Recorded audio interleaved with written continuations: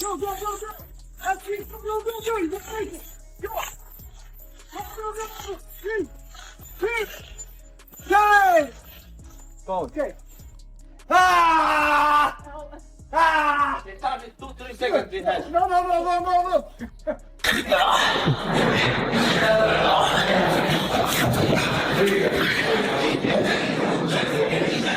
Oh, now I see why Robert lost his teeth.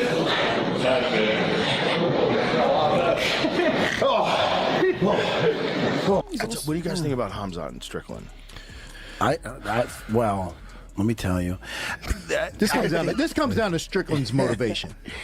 Well, I mean, you got to be fucking motivated. I was getting ready How to many say more you shots better is he going to fucking get? be at the motivated. Yeah, but title? I mean, he's worked with him before. I mean, I know they say that Khamzat submitted him, but if you hear Strickland talk about it, they were doing like back positional take rounds drills. when you're starting on the started back. on his back. I mean, come Exactly. on. But I think when they moved around, I think he feels pretty confident with it. He's a hard guy to keep down, Sean. Yeah. And Cardio is going to be on point. Who made Khamzat look human? Gilbert Burns, Kamaru Usman. I mean, they made him look human. You know, and Drake is. Again, not you don't want to see that rematch, Yeah. but Take the fifth round. But in that fifth round, he did get into some decent positions. He just got reversed right away. I mean, Sean, if there's any bit of blood in the water, he's fucking a finisher. He's, you know what I mean. He'll stay on him if he's hurt at all. He's durable. I mean, and everybody's saying how underrated his grappling is. The guys that are working with him. So I mean, That's all I've heard too. And he's so hard to hit, man. He's got a weird style. It's very weird. It fucks you up, and he's really good at moving back away from He's shots circling and out while countering. the hands are in your face. Yeah, too. it's weird. He also throws like looping shots on purpose sometimes. Like you would think it's bad technique, but he's like finding a way around your guard. Yeah, and he's catching you with weird stuff. And his fucking jab is on point. But That fluffy fight. Were you at the? Was you calling that one? No, I was there for that, and you could hear it. Like you don't always. The anticipation for fight night is reaching fever pitch, and the atmosphere already crackles with intensity. Khamzat isn't merely training and preparing. He's transforming into something more sinister, more ruthlessly focused, as though a switch has been activated, abandoning his former self entirely. Facing him stands Sean Strickland, a fighter renowned for relentless pressure and expressing his thoughts without any restraint when battle time arrives. Opinions on Khamzat remain divided with heated debates, but everyone unanimously accepts one undeniable truth. When these two warriors finally meet, the collision will unleash pure mayhem and explosive confrontation. Every now and then we'll talk about it. Looks like the preparations have been going extremely well for Khamzat. And I see some of the videos online from Santos Studio and these people that are posting. So I'm very excited to see this fight. I personally don't see anybody beating Khamzat just because of the way he just dominates, and if he needs to resort to just wrestling, he does that, and if he feels like he can strike, you know, he'll be comfortable striking as well. So I'm excited to see it. It really is one of those up in the air what's going to happen. I don't know. With their training, they're claiming, both Sean is claiming that he used to beat Khamzat's ass. Khamzat's laughing at all of that and saying, yeah, that's not what happened. So I don't think that's what happened, because I don't see anybody beating Khamzat's ass in the gym. But yeah, let's all prepare well and see what they bring for us, because I think it's going to be a... As UFC 328 draws nearer each passing day, Michael Bisping is zeroing in on what could potentially become the most discussed bout across the entire fight card.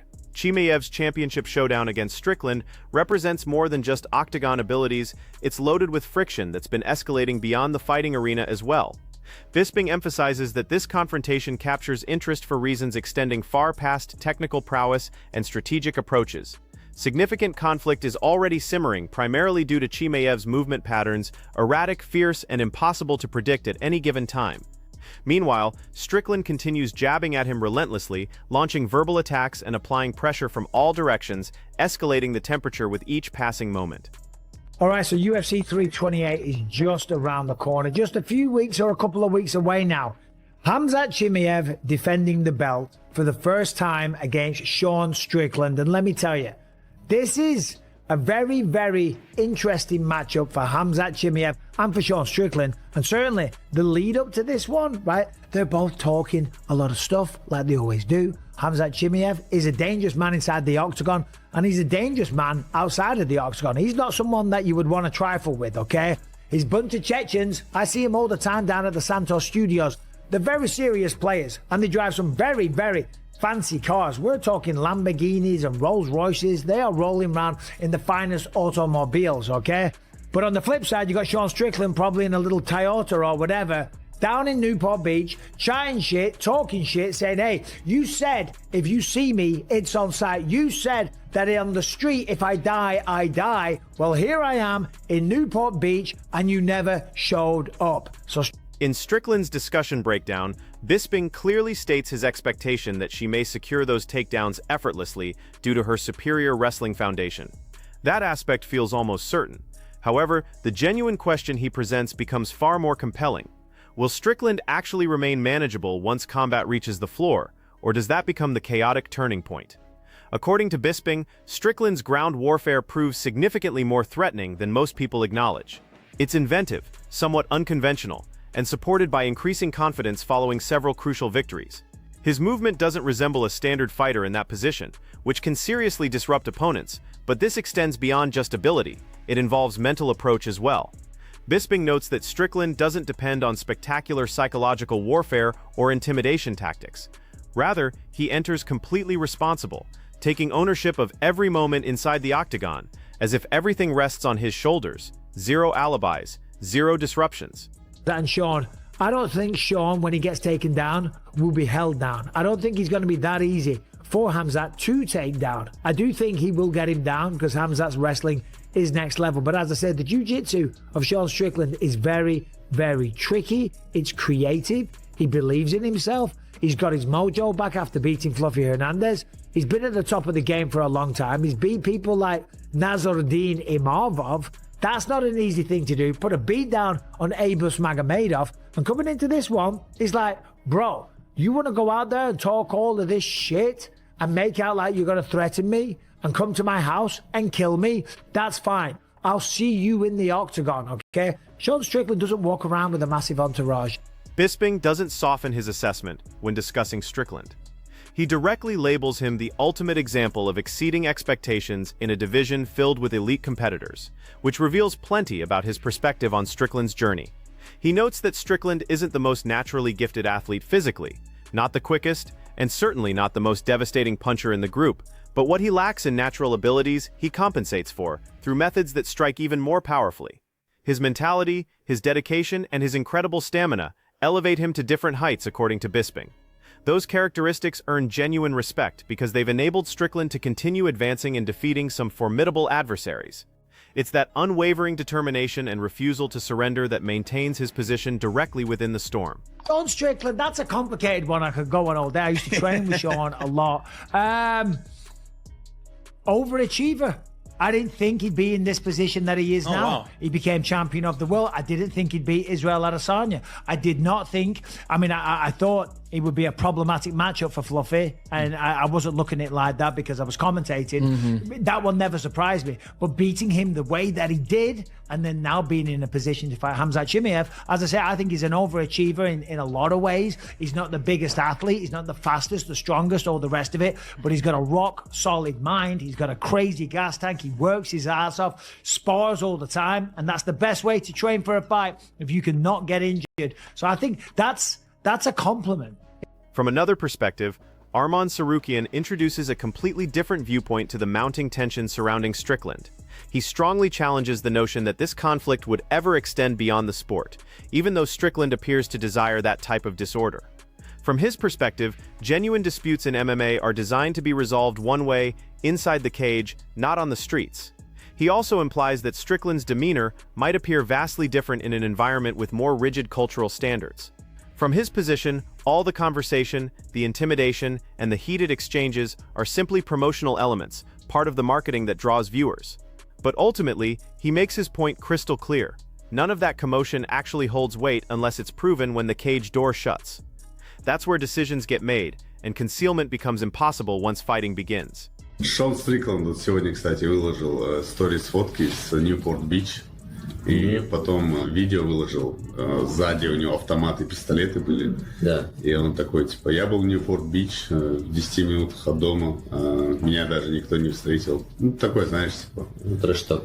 А Да. кто Ну, бы смешно было, что у него сзади автоматы, пистолеты. Ну, а кто бы его встретил? Да, кому он и нужен. Нет такого? Да, вообще точно не нужен. В бою определиться, кто сильнее, и все. И на этом закроется точка. Если бы хотели бы решить по уличному, давно бы уже решили. Стоит задача только в спортивном плане. Потому что с такими людьми, как он, на улице не решается вопрос. Если бы он был бы где-то в России, и понимал бы наши понятия, наши обычаи, он бы такого не делал. Хайпует, раскручивает бой, пускай делает свою работу. Нам бы в плюс, да? Нам это все в плюс. Что бы он ни говорил, все в плюс. Конечно, перебарщивает, иногда он перебарщивает, но за счет этого он не дерется за титул. Adding his perspective to the discussion, Demetrious Johnson appears completely confident that Chimaev will dominate immediately from the first bell. He envisions him entering, controlling the tempo early, and placing Strickland under tremendous pressure from the start. His forecast stems from Chimaev's workout consistency, his rigid self-discipline, and how effortlessly he combines all his abilities together. Johnson anticipates that constant pressure and rapid pacing will ultimately force Strickland toward a cracking point. From his viewpoint, this won't become some extended, grueling battle. Instead, he sees Chimaev manufacturing the ideal opportunity late in the contest and ending it with a knockout in those closing moments, rather than allowing it to extend into a punishing exchange. And my predictions for this fight against Khamzat Chimaev taking on Sean Strickland is I think it's going to be absolute domination. Khamzat's got a great team around him. He's doing the drilling, he's doing the sparring, he's not skipping anything. He's making sure he's going to leave no stone unturned. So for me, I have Khamzat Chimaev. I think he probably finishes him in the 4th round. Demetrious then explores more deeply what truly makes Chimaev such a well-rounded combatant. He clarifies that this degree of superiority didn't materialize suddenly. It represents the outcome of years of steady, concentrated growth across every aspect of MMA. He highlights that Chimaev didn't focus on just one specialty. Instead, he's been advancing his striking, wrestling, and submission skills simultaneously under identical coaching guidance for years, which allowed everything to mesh together seamlessly. From his perspective, that type of extended consistency explains exactly why Chimaev appears so composed, so precise, and so versatile, approaching elite-level battles like this. It's not hurried, it's constructed gradually, and now it's demonstrating significantly when the stakes are maximum. So what are you going to be running today for Khamzat? Because last night we saw you guys go to war. Not running it. What are you trying to accomplish on him? A double leg, a single leg? Nothing. Okay. You know, the one thing that makes Khamzat so well is that he's been training for a long time, not just in like boxing, but also like jiu-jitsu, the wrestling. I think he said he did a little judo, I'm not sure, but he's been with the same coach for a very long time. Yeah. And he's well-rounded. So yeah, so today we are joining Khamzat Chimaev's wrestling and grappling practice.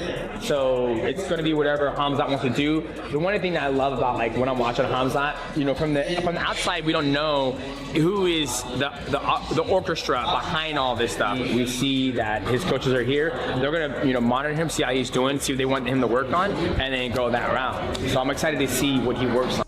Meanwhile, Eric Nixick analyzes exactly how challenging it becomes to prepare Strickland for a high-intensity battle against someone like Chimaev.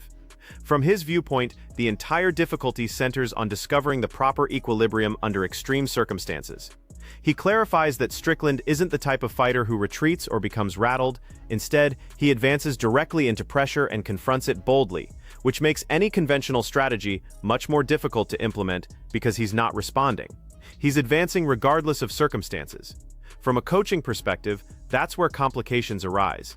The genuine challenge involves managing that fearless, forward-pressing approach without allowing it to transform into complete disorder or a reckless brawl.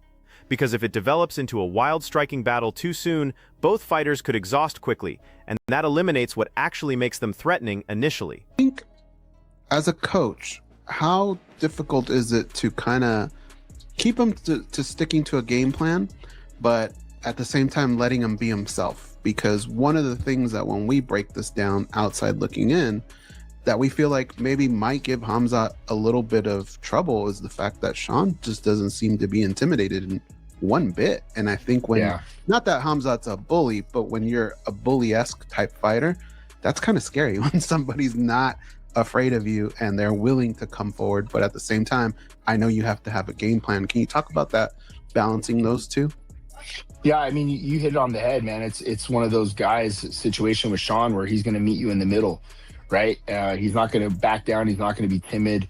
But we also have to understand how to manage that type of energy. You don't want to go out there and turn this into a bar fight and, you know, both guys are dead tired by the end of the second round or something like that. So minimizing risk, but also allowing your guy to do what he does really well, and that's put pressure on people. But doing it smartly, you know, you don't want to overthrow, you don't want to be keeping yourself off balance, because that's where Khamzat does a very good job. Beyond that, Kamaru Usman contributes his opinion on the preparation for this confrontation, and he sounds genuinely impressed with how everything is aligning for Chimaev. From his observations, everything regarding this training camp appears crisp and focused. He notes that the preparation emerging from Chimaev's team reflects a fighter functioning at peak performance currently. The coordination, the concentration, the energy, everything indicates someone who's prepared to excel when it counts most. From his view, Chimaev's greatest asset is his adaptability. He can emphasize his wrestling heavily whenever necessary, then immediately transition into striking without losing momentum, which makes strategic planning against him a genuine challenge. He also addresses all the discussion about past confrontations between both camps, but he dismisses it as merely standard pre-fight chatter, clarifying that none of that conversation holds significance until they enter the cage and resolve it legitimately. Every now and then we'll talk about it. Looks like the preparations have been going extremely well for Khamzat. And I see some of the videos online from Santos Studio and these people that are posting. So I'm very excited to see this fight.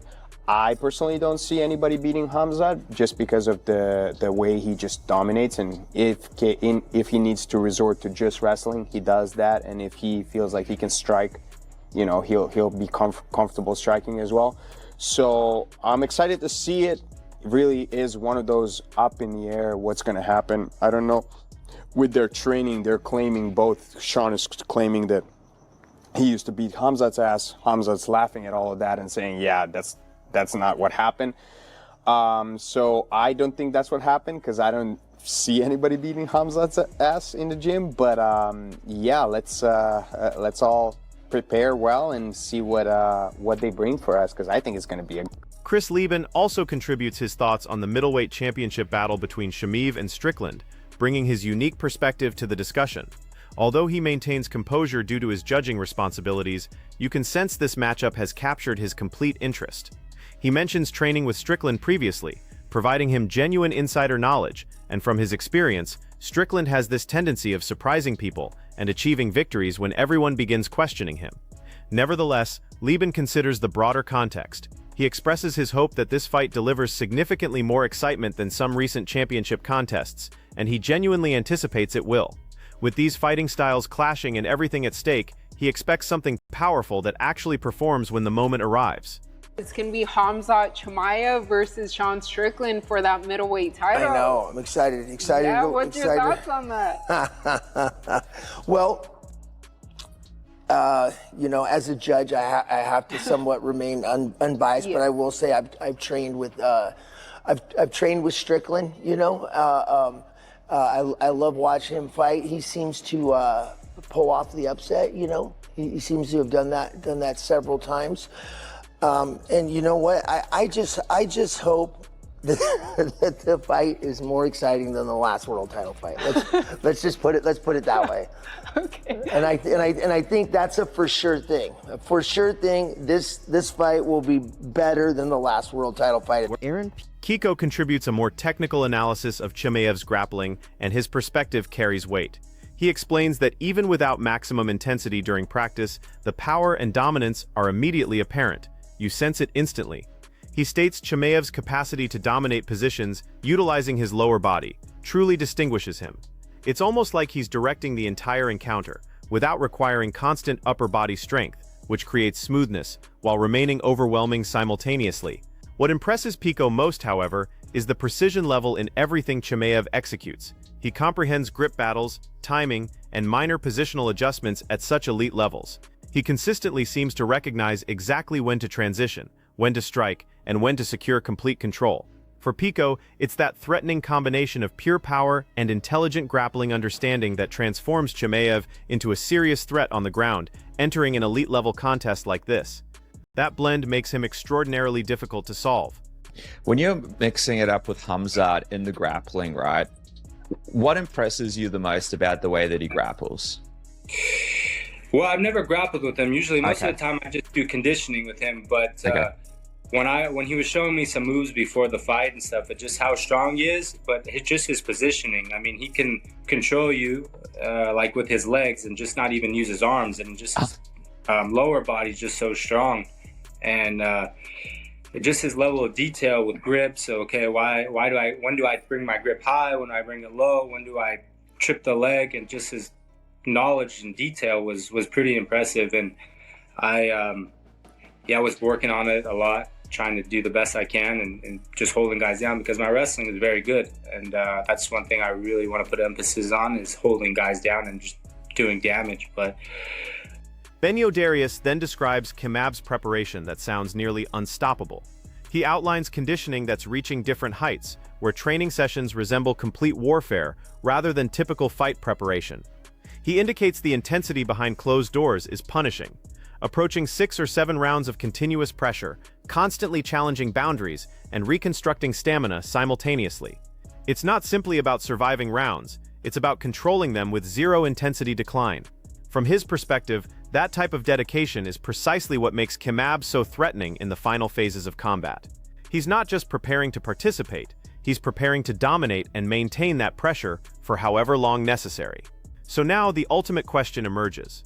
Will Chimaev's pressure and rhythm shatter everything opposing him, or will Strickland's resilience and unusual difficult-to-predict approach reverse the entire battle when it matters most? Share your forecast in the comments, and ensure you subscribe for additional fight analysis and news as we approach Fight Night.